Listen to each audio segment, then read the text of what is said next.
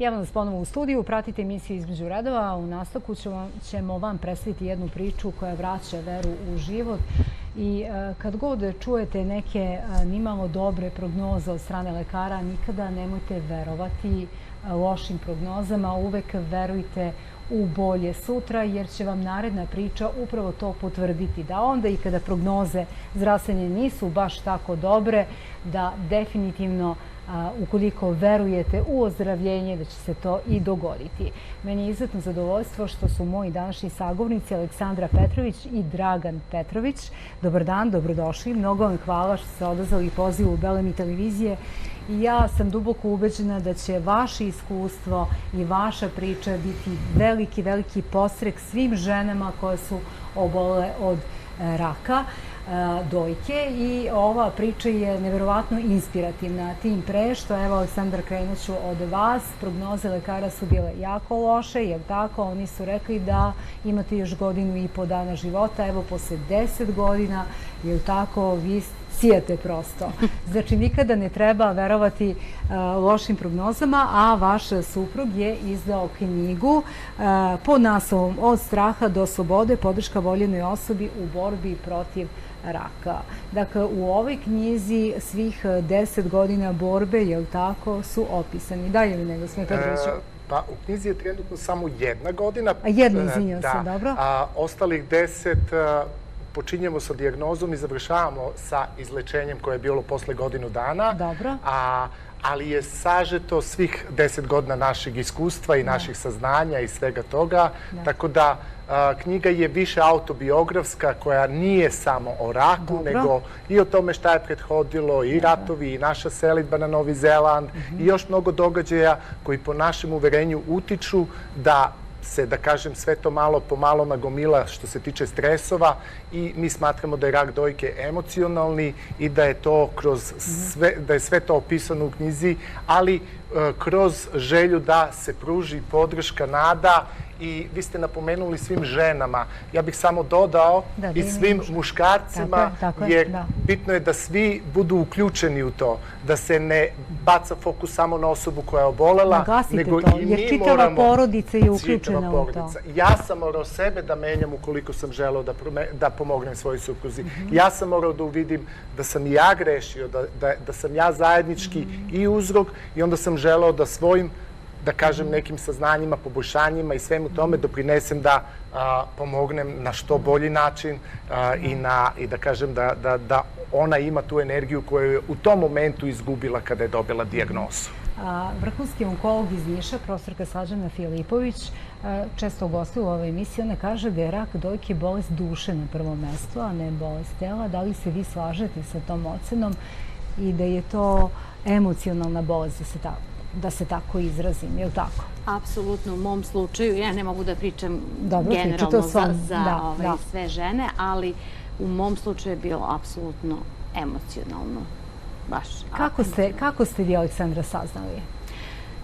Pa, sasvim slučajno ili ste... Pa, ja sam u suštini osjećala neke znake i promene u mom zdravlju, u energiji, u umoru, u hormonima, u svim tim stvarima, ali pošto sam bila jako zauzeta poslom i porodicom, mladom porodicom, u tom trenutku sam ja imala sina od 3 godine i ćerkicu od 13 godina i bila sam puno posvećena porodici, njima, poslu, i nisam obraćala baš mnogo pažnju da te znake, kako mi se ukazuje da ja se ipak ne osjećam dovoljno dobro.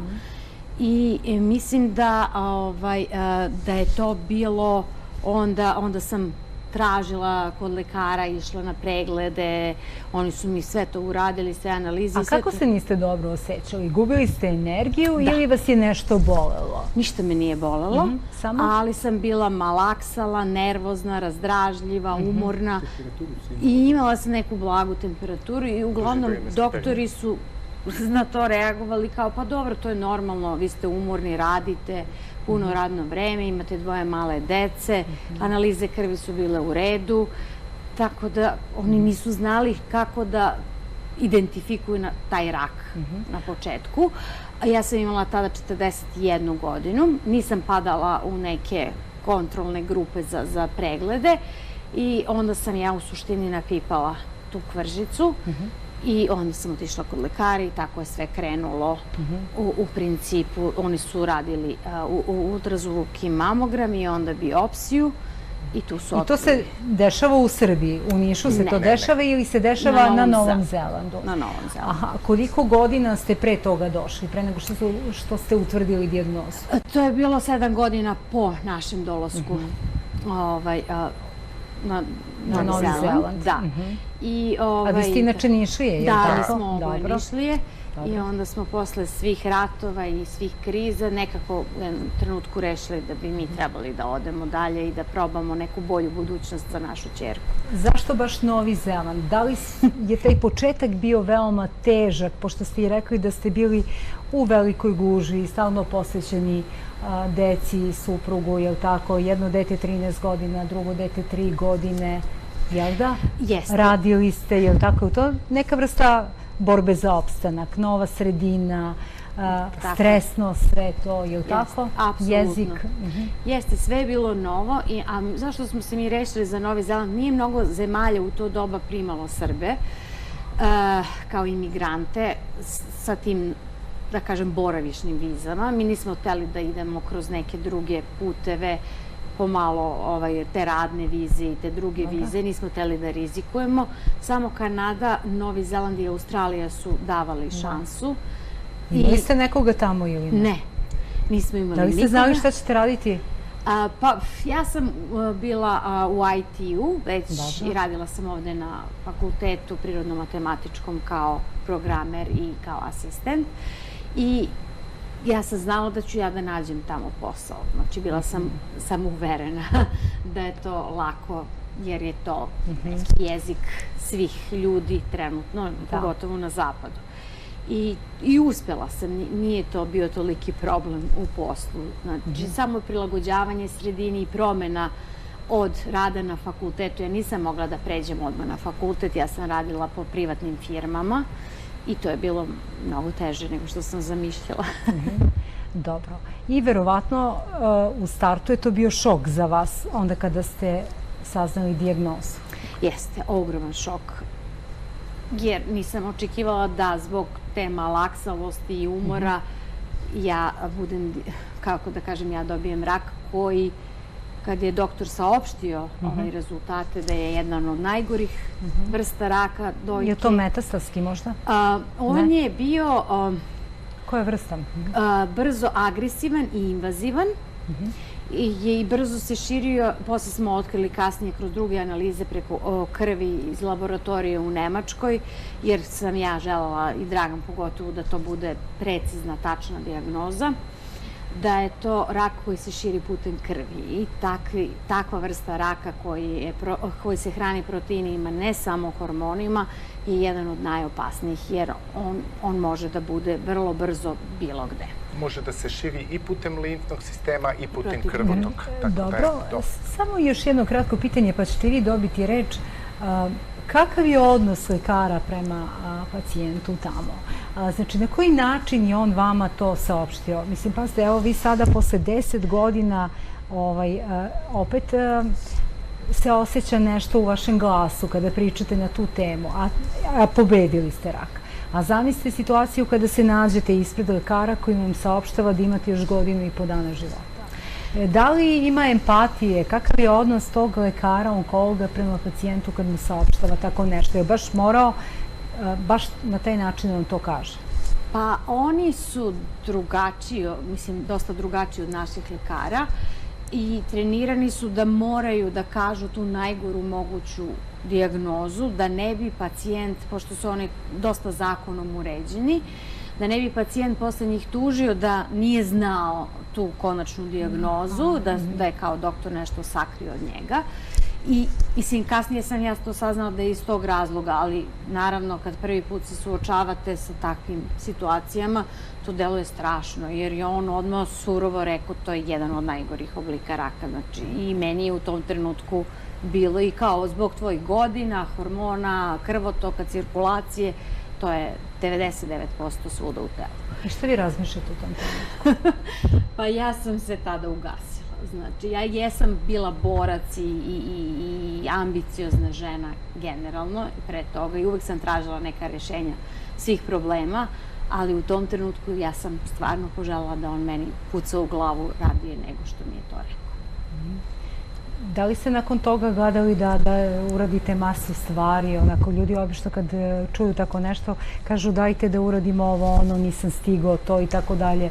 Ostalo mi je toliko. Nažalost, ne. Ja sam tada potpuno potonula i predala se i ja sam možda prvih mesec dana, sad tačno ne znam, dane, bukvalno prespavala. Skroz sam se povukla u sebe i uopšte nisam imala više volje ni da razmišljam, ni da se suočavam s takvim stvarima. Tu je meni Dragan stravično puno pomogao, jer je on tada preuzeo tu ulogu da se on bori, da on traži ta rešenja, da on gleda kako može da mi pomogne i on me molio, ajde molim te odgledaj tu emisiju, ja počnem da gledam i ja zaspim. Znači, toliko nisam bila zainteresovana i nešto u meni mi nije dalo. Ali ste krenuli sa terapijom? A onda sam odradila... A onda kasnije... Ne. Odradila sam operaciju, tu brzo, znači on je meni objasnio da bi bilo dobro da mi to uklonimo, mada je on ubeđen bio da se to svuda proširilo. I hirurg, koji mi je to onkolog hirurg, i ja sam nekako pristala, to je sve tako brzo bilo, u nekoj nadi da se možda nije proširilo i da ćemo mi imati drugačije tretmane.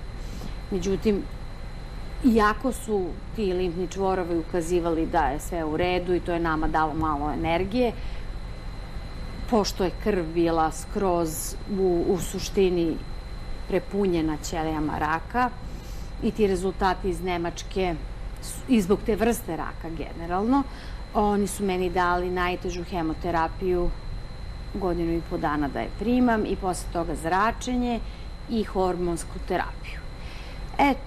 U tom trenutku, pošto je nekako i ta prognoza od 1,5 dana se podudarala sa dužinom tih terapija, ja nisam želela, naravno uz dogovor sa Draganom i njegovu ogromnu podršku, da provedem taj ostatak mog života u bolnici. I to je bio jedan od razloga zašto sam ja donela sasvim drugu odluku uz ogromnu podršku, njegovo istraživanje i sve te stvari. Znači, tu je Dragan odigrao glavnu ulogu, jer ja nisam bila ni u stanju da razmišljam pravilno. Koja je to odluka? Kako dalje? Pa, iskreno, mi smo imali nekog iskustva u borbi sa rakom. Moj najbolji drug pre više od 20 godina, to je stavljen u knjizi, je umro od raka posle hemoterapije. Njena majka, moja tašta, isto tako. I mi smo već tada istraživali i tražili neke odgovore, jer to su bile naše voljene osobe koje su bile vezane za nas, tako reći, bili smo nerazdvojni.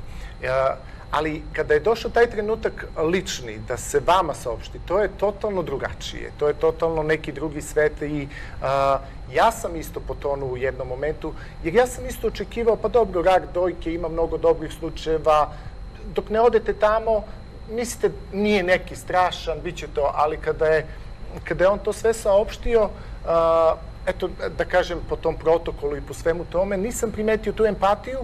Moguće da, zato što ima mnogo, ne želim da osuđujem, možda ima mnogo slučajeva, pa mora brzinski to da radi, sve to. Tako da sam se ja izgubio, ali kada sam video da je Saša potonula, ja sam rekao, ja moram da preuzem tu ulogu, jer je ona spavala, predala se, pisala testament i sve to.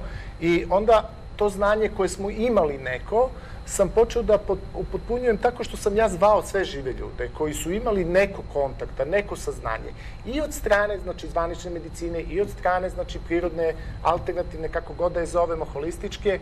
Tražio sam svako iskustvo, ništa nisam odbijao, ništa nisam rekao ovo nećemo, ovo hoćemo, želeo sam da čujem sve. Tako da, u jednom momentu, ono što je, da kažem, prevaglo je bio jedan serijal, zove se Truth About Cancer, gde ljudi idu od jednog do drugog holističkog centra i gde smo u suštini saznali da iza takve vrste lečenja isto stoje timovi lekara, timovi naučnika, znači da to nije nešto kao uzet ću ja neki čaj iz podruma i sad ću ja da se izlečim time, nego da stoji, tako reći, isto mnogi onkolozi bivši su radili tu i sve to. Tako kada smo saznali sve te informacije, kada smo videli šta sve rade, kada su objasnili kroz te serijale, ja sam rekao, odgledaj to, ajmo da vidimo da li ti možeš. Saša je mnogo jak borac, ona je bio nosilac naš na Novom Zelandu, njena plata je bila glavna kada smo otišli, ona je pokrenula odlazak na Novi Zeland, tako da sam znao da ta njena jačina je tu, samo da je tad potonula i kada je ona videla šta sve treba da promeni, tipa od ishrane, fizičkih aktivnosti, tog rada, bilo je tu mnogo stvari koje je trebao da promeni. Ja uopšte nisam sumnjao da će ona to sve da uradi jer znam koliko je jaka. I ja sam čak u jednom momentu, dok je ona, kada je počela to da gleda i sve to, ja sam rekao super što se ovo desilo. I ona kao, kako to misliš super što se desilo, doktore Vidali? Ja sam rekao super zato što znam da ćeš to da prebrodiš i da će to svima nama u porodici da pomogne i da ćemo svi biti. I to se stvarno evo desilo posle 10 godina. Mi smo prihvatili sve to zajedno kao porodica. Ja se sad sa 53 godine osjećam bolje nego što sam se osjećao nekad i sa 25. Tako da sve to je tada bilo, ja sam to pronašao informacijama, ali sam ja tako se šalio sa njom, ona je rekla nemoj to drugim ljudima da pričaš, misliće da hoćeš da me se otarasiš kad kažeš to je najbolje što nam se desilo.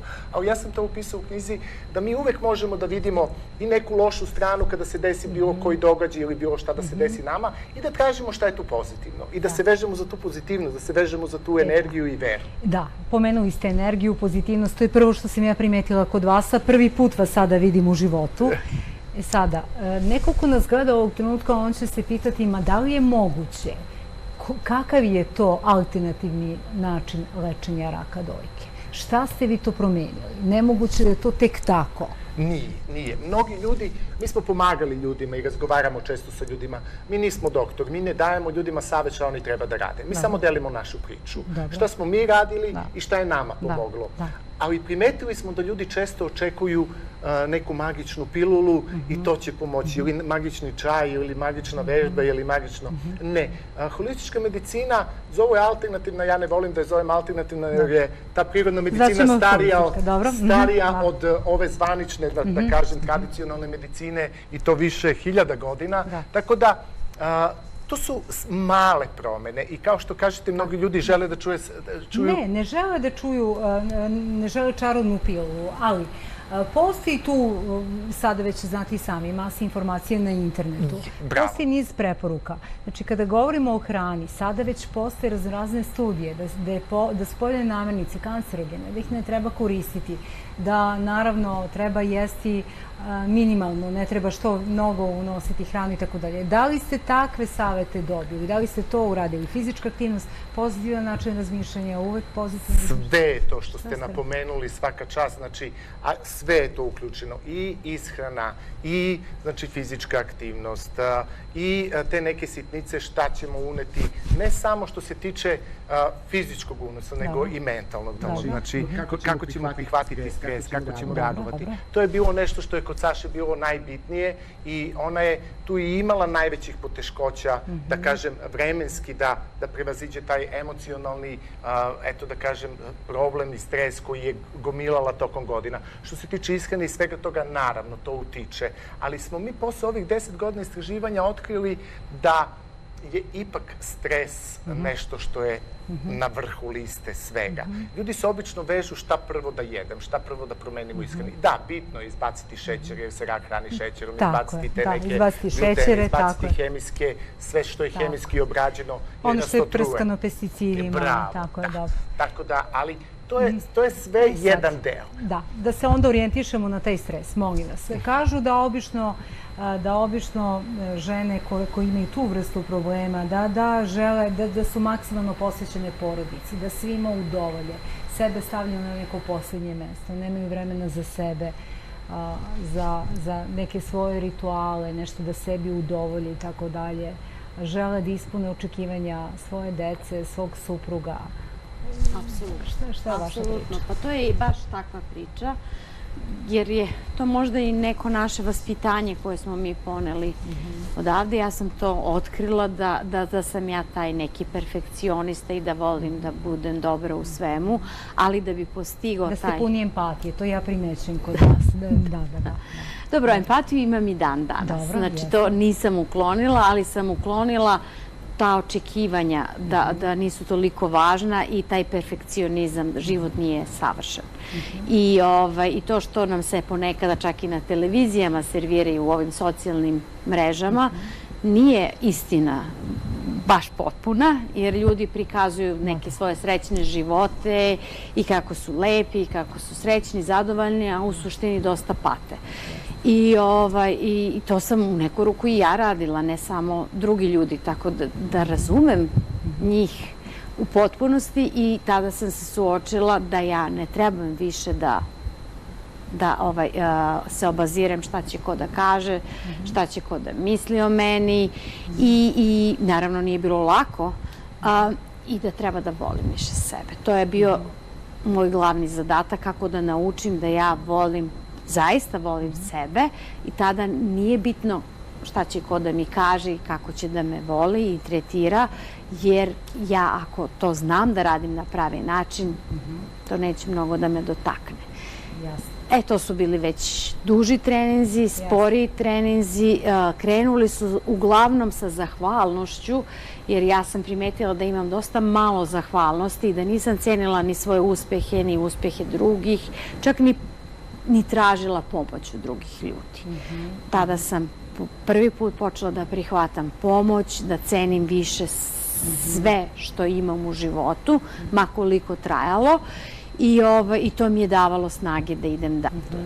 To su neki glavni koje ja savjetujem drugim ženama da trebaju odatle da krenu.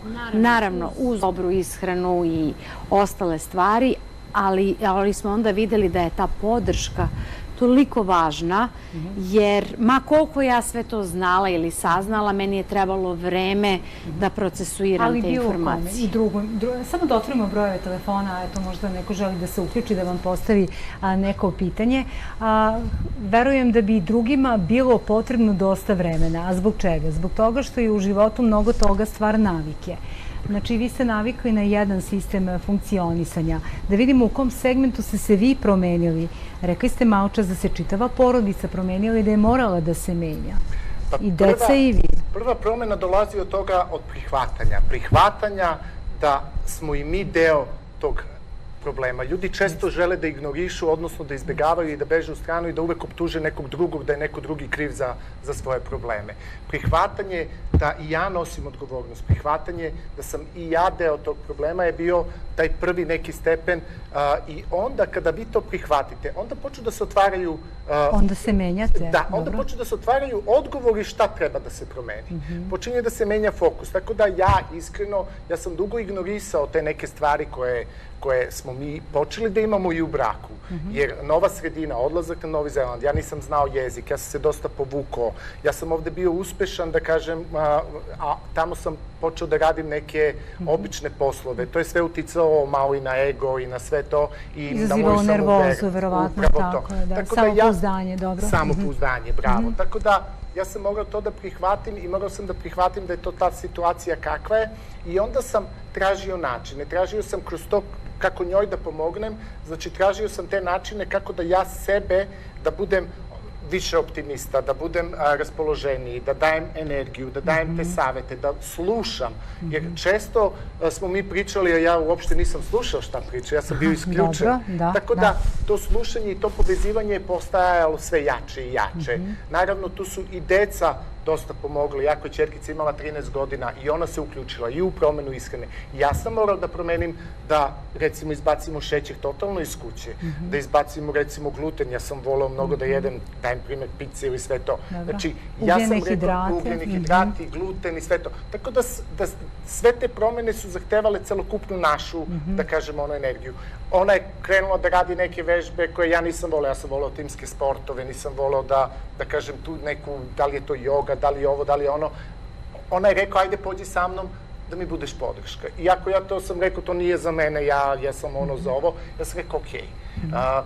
Sve to nije lako prelomiti, krenuti i primetili smo posle kada smo razgovarali sa drugim ljudima kojima smo pomagali, veliki problem je da se ta druga osoba uplaši za voljenu osobu. Znači osoba koja boluje, partner, da li je to partner, da li je roditelj, da li je brat, sestra, koji treba da da podršku, on se uplaši još više. Zbog toga što će izgubiti voljenu osobu. Mnogi napuste porodice, napuste ženu. Neko napusti, neko ode u posao, neko poče da pije alkohol. Znači, iz tog straha. Ne zbog toga što on ne voli tu osobu. I zbog toga što ne zna kako da on pomogne. On sad razmišlja. I onda on bude još opterećenje toj osobi koja voli. Jeste, još veće opterećenje. Ja sam učio da ja još veći stres. Još veći stres. A strah i stres smo otkrili da je glavni uzrok, znači, jer tada imunni sistem ne radi. Tada naš imunni sistem ne obnavlja. Kada smo u stresu, kada smo u strahu, naš imunni sistem, da kažem, je blokiran. Tek kada smo onako relaksirani, kada smo ovo. Da bi ona bila u tom stanju, morao sam i ja da budem relaksiran, da joj pružim sve to. Tako da sve te neke, to su male sitnice, ali sve te promene smo učili, radili i dan danas radimo. I knjiga je izašla iz tog razloga da bi pomogla nekome, da bi pružila tu neku nadu da je moguće, čak i kada su te situacije, eto da kažem, bezazlene. Tako da, eto, i da su jednostavne. Mnogo smo isto često imali pitanje, samo bogati mogu da se izleče, samo ovo. Tako je, to su elementarna pitanja. Svi kažu da, verovatno, imajući u vidu da su jako loše prognoze bilo u pitanju, 10 godina je prošlo, verovatno je da ste mnogo para dali na lečenje, a radite na Novom Zelandu, pa su mogućnosti. Mnoge stvari su besplatne. Da odete u prirodu, da se prošetate u prirodu, da se spojite sa prirodom, to je besplatno. Da imate recimo hladan tuš ujutru koji će da vam pokrene cirkulaciju i limfni sistem, koji će da vam očisti neke nečistoće koje ste skupili tokom dana, nebitno da li hranom, da li ovim, je isto besplatno. Isto je besplatno da li ćete biti zahvalni ujutru kad se probudite 5 minuta na sve ono što imate. I kada ste zahvalni, to sad i nauka dokazuje, nije više samo ono da se kaže priča. Nauka dokazuje da se tad menja kompletno naš hormonalni sistem u telu. Da tada počinje da se luči taj serotonin, a taj serotonin je glavni za obnovu naših organa i svega toga. Tako da ti neki mali detalji za koje ljudi misle da su nedostupni ljudima. Znači, ta mala promena ishrane ne znači da vi morate da kupujete skupocenu. Gladovanje koje mi imamo i u našoj pravoslavnoj religiji, koja postoji u mnogim religijama, gde mi čistimo naš organizam, je isto besplatan. Znači, nije da bi potrebno. Govorimo o postu, tako je. Ljudi nisu svesni koliko je zapravo to zdravo za organizam. Kad postite na vodi, da. Tako da sve su to stvari koje su dostupne svima. Samo nekad iz tog straha mi se povučemo i mislimo jao sad samo ko je bogat može. Tako je. I sad, pošto smo pri kraju današnje emisije, dakle, da li možete nešto da nam kažete generalno o tome da je za sreću potrebno tako malo i evo vi ste malo čas pomenuli recimo društvene mreže gdje je zapravo lepota i imperativ, svi se fotografišu u nekom najboljem izdanju, svi su srećni, svi lepo žive i tako dalje, a u realnosti je to nešto sasvim drugo, je li tako? Mnogi imaju potrebu da se dokazuju na društvenim mrežama, a zapravo sreću čine neke male stvari, znači taj optimizam, vera i recimo zadovoljstvo onim što imamo, je li tako? To je ta zahvalnost. Ta zahvalnost, to je čak i vežba gde mi to vežbamo. U početku smo zahvalni za neke male stvari, a poče da nam se širi. I počinjemo da budemo zahvalni kada šetamo, kada vidimo drvo sa prelepim lišćem, kada vidimo reku koja žubori. Znači, to počinje da se gomila. I ta zahvalnost i ta sreća počinju da rastu. I onda recimo i ove žalostne teme koje smo čuli prethodno, kada to sve počne da se menja, ljudi počnu da se menjaju, onda počne i vaša okolina da se menja. Ljudi često traže da neko drugi promeni nešto ili da se neko drugi promeni pa ću tek onda ja. da je neko drugi kriv. Ne, počnimo od samih sebe, počnimo da menjamo sebe, počnimo da volimo sebe, počnimo da volimo druge, da razumemo druge, čak i ako rade nešto loše, da im oprostimo. To je isto u našoj religiji. Oprost je nešto vrlo bitno. Ne moramo uvek da opravdamo neki postupak, ali nađimo uvek razumevanje, nađimo uvek oprost i onda to pomaže nama, da mi lakše prebrodimo sve te stvari, onda okolina oko nas počne da se menja i po nama tada se menja i celo društvo. I ta ljubav i to razumevanje, mislim da je to neka baza svega, ali da počnemo od nas. Ne da zahtevamo od partnera, od komšije, da se promeni pa ću tek onda ja. To je neko moje lično mišljenje, naravno. Saša, šta vi možete da poručite za kraj da svim ženama koje nas ovog trenutka gledaju, a koje zapravo vode bitku sa rakom? Pa ja bi njima poručila da opet krenu od sebe i da vide da li je stvarno taj njihov uzrok, da se zapitaju da li je uzrok možda taj nedovoljna količina ljubavi koju su imali prema sebi i kako bi mogle da je vrate.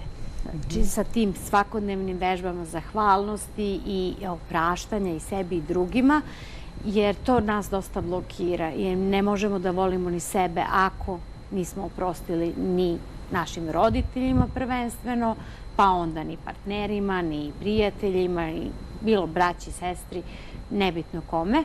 Uglavnom to praštanje i zahvalnost su u meni glavna stvar i jednostavno da vole sebe i da uživaju u svakom danu i svakom trenutku. I onda kada su loše prognoze, nikad ne verovati tim prognozama, jer su čuda moguća. Čuda su zapravo u nama, je li tako? Tako je. A ja mislim da neko drugi, kao što je Bog, ima tu glavnu prognozu. I to je malo surovo bazirati svoj život na osnovu. Meni to zvuči kao rok trajanja. Mi nemamo rok trajanja. Mnogo vam hvala na učešću našoj emisiji. Želim vam puno uspeha u vašem daljem radu i naravno preporučujemo svim gledalcima od srca da kupe ovu knjigu, pročitaju jer je zaista veoma, veoma inspirativna priča. Hvala vam još jednom. Hvala puno vama na gostovanju, što ste nas primili ovdje i sve. Uvek, svakako. Hvala vama, poštovani gledalci, pratili ste emisiju Između redova, ostati i dalje uz program Bele mi televizije. Prijetno.